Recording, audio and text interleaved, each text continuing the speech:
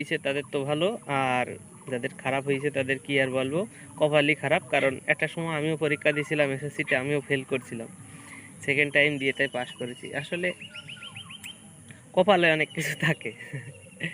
তো হয়নি যা হয়নি, এখন ট্রাই করো ভালো কিছু করার। আর যারা পাস করে গেছো, ভালোভাবে পাস করে উঠে গেছো, তারা ভালোভাবে পড়াশুনো করো। এই যে লোকে বলে না, গল্প দেয় যে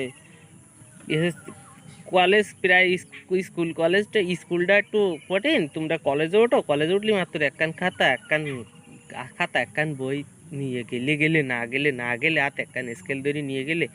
বাইরে ভাই এ সমস্ত কারোর কথা বিশ্বাস করিস নে রে ভাই, এ সব মিথ্যে কথা। মানুষের মনে কর যে ভূগোল পড়ানোর জন্য এই সমস্ত কথা বলে।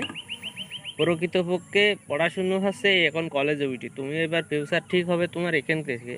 তুমি এখানে যে যত সুন্দর করে পড়তে পারবা, যে যত ভালোভাবে পড়বা, যে যত ভালো রেজাল্ট করবা, ইন ফিউচারে